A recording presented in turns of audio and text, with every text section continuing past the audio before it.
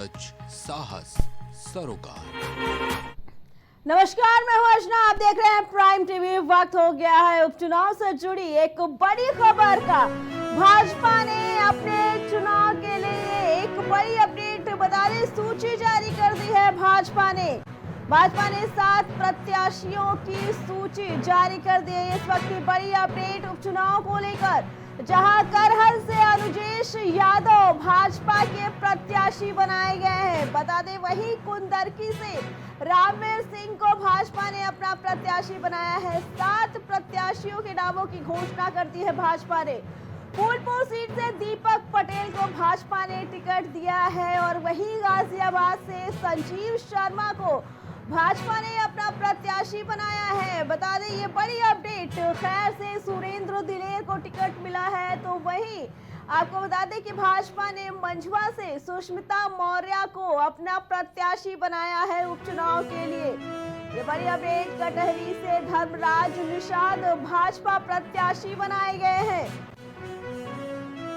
ये बड़ी अपडेट आपको बता रहे हैं। इस वक्त की बड़ी अपडेट उपचुनाव से लेकर, जो भाजपा ने अपने 7 प्रत्याशियों के नामों की सूची जारी कर दी है। भाजपा ने अभी तक अपने प्रत्याशियों की सूची जारी नहीं की थी, जिसमें करहल से अनुजेश यादव को अपना प्रत्याशी बनाया गया है। कुंदरकी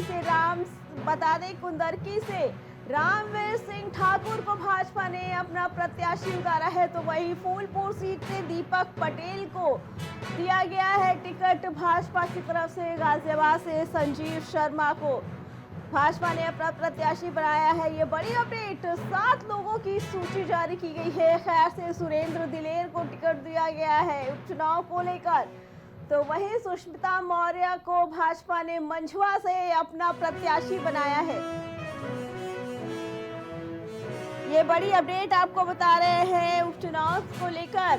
भाजपा ने अभी तक अपने उम्मीदवारों के नामों की घोषणा नहीं की थी, मंथन किया था, लेकिन खबर आ रही थी कि आज ये सूची जारी हो सकती है किसी भी वक्त। और ये बड़ी अपडेट, जहां भाजपा ने अपने 7 उम्मीदवारों के 7 प्रत्याशियों के नामों की घोषणा कर दी है। बता दें कि पार्टियों की तरफ से, सपा की तरफ से अपने प्रत्याशियों के नामों की घोषणा हो गई थी, लेकिन भाजपा ने अभी तक मंथन कर रखा था, सूची जारी नहीं की थी। इसको लेकर आज सूची जारी कर दी गई है। फिलहाल बता दें कि 9 सीटों के उपचुनाव को लेकर 7 उम्मीदवारों के नामों की घोषणा भाजपा ने की है। इसी पे आगे जानकारी देने के लिए हमारे संवाददाता राजेश हमारे साथ जुड़ चुके हैं। राजेश, भाजपा ने फाइनली अपने उम्मीदवारों के नामों की घोषणा कर दी, लेकिन सिर्फ 7 सूची ही जारी की है। क्या कहना है इसके बारे में कि जो 7 नाम उतारे गए हैं प्रत्याशियों के, कितने मजबूत होंगे सपा के प्रत्याशियों के आगे? देखिए अर्चना, अगर बात की जाए, जो उपचुनाव होना है उत्तर प्रदेश में 9 सीटों पर उपचुनाव होना है, और सभी पार्टियां, समाजवादी पार्टी की बात करें या बीएसपी की या बीजेपी की, तो सभी पार्टियां बिल्कुल पूरे दमखम के साथ चुनावी मैदान में हैं। लेकिन अगर हम बात करें बीजेपी की, तो बीजेपी सबसे बाद अपने प्रत्याशियों की लिस्ट की घोषणा करती है, उनके नामों की घोषणा करती है। तो जाहिर सी बात है कि सबसे पहले समाजवादी पार्टी ने अपने प्रत्याशियों की घोषणा कर दी, बीएसपी ने अपने प्रत्याशियों की घोषणा कर दी, उसके बाद बीजेपी अपने पर्चे खोलती है कि किस तरीके से किस सीट पर किस प्रत्याशी को चुनाव लड़ाना है जो समाजवादी पार्टी का टक्कर दे सके। तो वहीं आपको बता दें कि आज बीजेपी ने अपने प्रत्याशियों की लिस्ट की सूची जारी की है, जिसमें 7 प्रत्याशियों को बीजेपी ने मैदान में उतारा है। 2 सीटें अभी भी बची हुई है जहां पे प्रत्याशियों की घोषणा करना बाकी है, लेकिन जो 7 सीटों पर बीजेपी ने अपने प्रत्याशी उतारे हैं, उसमें आपको बता दूं, कटेरी से जो अंबेडकर नगर की सीट है कटेरी, वहां से धर्मराज निषाद को, फूलपुर से दीपक पटेल को, करहल से अनुजेश यादव को, जहां से समाजवादी पार्टी के अखिलेश के जो चचेरे भाई हैं, अगर देखा जाए वहां से चुनाव लड़ रहे हैं, तो जाहिर बात है कुंदरकी से रामवीर सिंह ठाकुर, गाजियाबाद से संजीव शर्मा और खैर से सुरेंद्र दिलेर, मंझवा से सुष्मिता मौर्य।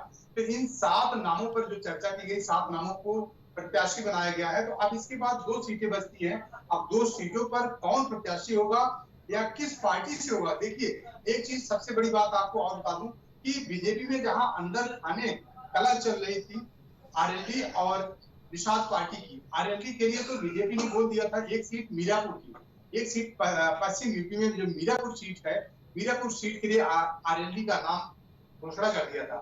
लेकिन अब बचता है निषाद पार्टी, धर्मराज निषाद। क्या धर्मराज निषाद को बीजेपी सीट देगी या नहीं देगी, ये तो अभी आने वाली बात है। लेकिन जी राजेश, और अभी भी कि 2 सीटें बाकी हैं, 2 सीटों पे प्रत्याशियों के नामों की घोषणा नहीं की है भाजपा ने। क्या लगता है कि 2 सीटें बची हुई है, उसपे भाजपा अपने ही प्रत्याशियों को उतारेगी, या चांस है कि निषाद पार्टी को मिल सके वो सीटें जो 2 बची हुई हैं? देखिए अर्चना, मुझे नहीं लगता कि अब निषाद पार्टी को सीट मिलेगी, क्योंकि आपको बता दें कि निषाद पार्टी 2 सीटों पर ऑलरेडी पहले से तैयारी कर रही थी, और वो दो सीटों का जो नाम है, एक थी मलवा और एक थी कटेहरी। 2 सीटों पर निषाद पार्टी, संजय निषाद पहले से तैयारी कर रहे थे, लेकिन इन दोनों सीटों पर बीजेपी ने अपने उम्मीदवार घोषित कर दिए। तो जाहिर सी बात है कि अब मुझे नहीं लगता कि अब संजय निषाद को या निषाद पार्टी को कोई भी सीट बीजेपी देने वाली है। लेकिन हाँ, एक चीज और आपको बता दें कि आरएलडी को एक सीट मिल सकती है जो मीरापुर पश्चिम यूपी की है। तो अभी पश्चिम यूपी की जो सीट मीरापुर की है, उस पे कैंडिडेट इसीलिए बीजेपी ने फाइनल नहीं किया है क्योंकि वहां पर आरएलडी की वो सीट आरएलडी के खाते में जा सकती है। लेकिन जो एक सीट और बचेगी, वो सीट खुद बीजेपी अपना प्रत्याशी उतारेगी या फिर निषाद पार्टी के खाते में जाएगी, ये अभी कुछ कहा नहीं जा सकता क्योंकि दोनों सीटों पर अभी बीजेपी ने प्रत्याशी घोषित नहीं किए। जी राजेश, जहां भाजपा ने 7 प्रत्याशियों के नामों की घोषणा की है, तो वही सपा की तरफ से भी 7 प्रत्याशियों के नामों की घोषणा की है, लेकिन सपा ने गाजियाबाद और खैर से अपने प्रत्याशियों के नाम नहीं बताए हैं। क्या लगता है कि जब भाजपा ने उन जगहों से संजीव शर्मा और सुरेंद्र दिलेर को खड़ा किया है, ऐसे में सपा की क्या रणनीति रहेगी?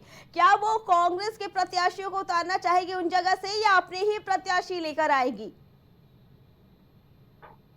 देखिए अर्चना, अभी एक कांग्रेस, अगर बात करें इंडिया गठबंधन की, तो जबकि दोनों नेता लगातार कहते आ रहे हैं कि इंडिया गठबंधन एक साथ चुनाव लड़ेगा, लेकिन जिस तरीके से अगर उत्तर प्रदेश की अगर बात की जाए, उत्तर प्रदेश से जो कांग्रेस के प्रदेश अध्यक्ष हैं अजय राय और जो प्रभारी हैं अविनाश पांडे, ये दोनों बड़े नेता कल जो है लखनऊ से निकलकर दिल्ली चले जाते हैं और दिल्ली में आला कमान से, कांग्रेस के आला कमान से मुलाकात करते हैं। तो जाहिर सी बात है, मुझे लगता है कि कहीं कहीं अंदर खाने जो है कुछ न कुछ बात जरूर चल रही है, क्योंकि कांग्रेस साफ साफ कह रही थी कि उत्तर प्रदेश में जो 9 सीटें हैं, 9 सीटों पर समाजवादी पार्टी चुनाव लड़े और कांग्रेस सहयोग करेगी। उसके बाद उसके बदले महाराष्ट्र में जो विधानसभा का चुनाव होने जा रहा है, वहां पे अखिलेश यादव सिर्फ 2 सीटों पर चुनाव लड़े, बाकी सीटों पर समाजवादी पार्टी कांग्रेस का सहयोग करे। मुझे नहीं लगता है कि इस बात पर, इन चीजों पर, इन मांगों पर सहमति बन पाएगी।